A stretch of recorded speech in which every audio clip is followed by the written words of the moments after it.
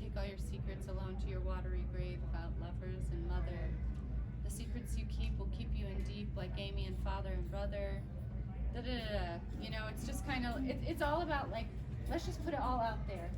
You know, so I think with I'm a big proponent of automatic writing. So I just write, and then I'm like, you know what? If it's not good to somebody else, It's kind of like stream of consciousness. yeah. And then what's weird is in hindsight, they do become a little bit prophetic for your own, only for your own self. You know what I mean? Like something happens in your life, and you're like, damn, that's so funny. I just wrote something like that. Hi, hun. How are you? Good. How are you? I just wanted. Okay. You want me to read a poem right now? Okay, I feel you. Love you, Lana. The first time I've seen someone leave the barricade. I feel neglected. Oh, hello. Hi. What are you doing? I'm here. Vibing. Thriving? Vibing. What should it be?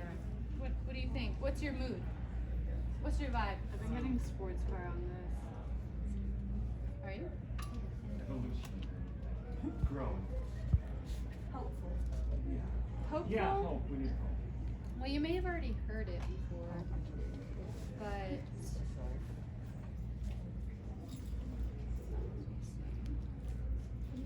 I mean, I can read you happy. Okay. You thought I was rich, and I am, but not how you think. I live in a Tudor house under the freeway in Mar Vista by the beach. And when you call, I take my phone outside to the picnic table that I bought from the Rose Bowl. I listen to the rushing cars above and think about the last time you visited me and the last time we made love. How the noise got louder and louder during rush hour until it sounded like the sea. And it felt like the ocean was the sky and that I was flying because you were 2 feet taller than me. Until you took me in your arms and I could touch the stars and they all fell down around my head. And I became an angel and you put me to bed. Happy.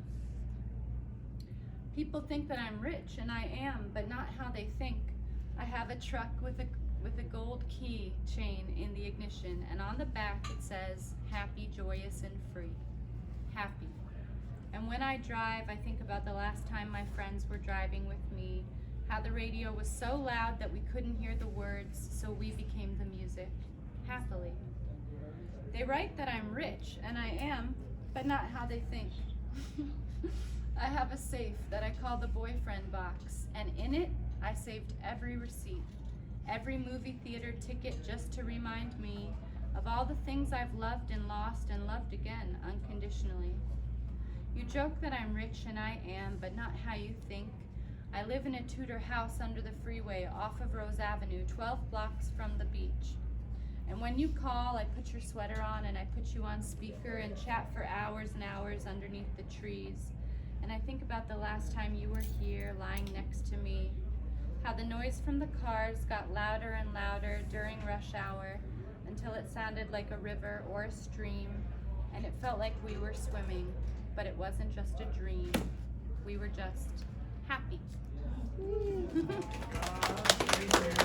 welcome. Thank you. Yeah. Hi. I was gonna ask, in the book, there's like a lot of like seemingly like random photographs included. Like picture of the stove and like just highways. And I was just curious, like what about like some of those photographs were like, yeah, that needs to be in the book. Okay. So San Pedro, right? That's like my biggest motivation. Long Beach, San Pedro. It's where I go because nobody like bugs me. So like I go to Ralph's in San Pedro and I'm just like chilling, going slowly, picking out my stuff. So that's why like all the longshoresman stuff was in there and the port side stuff. And then, you know, I mean, I thought this was really cool.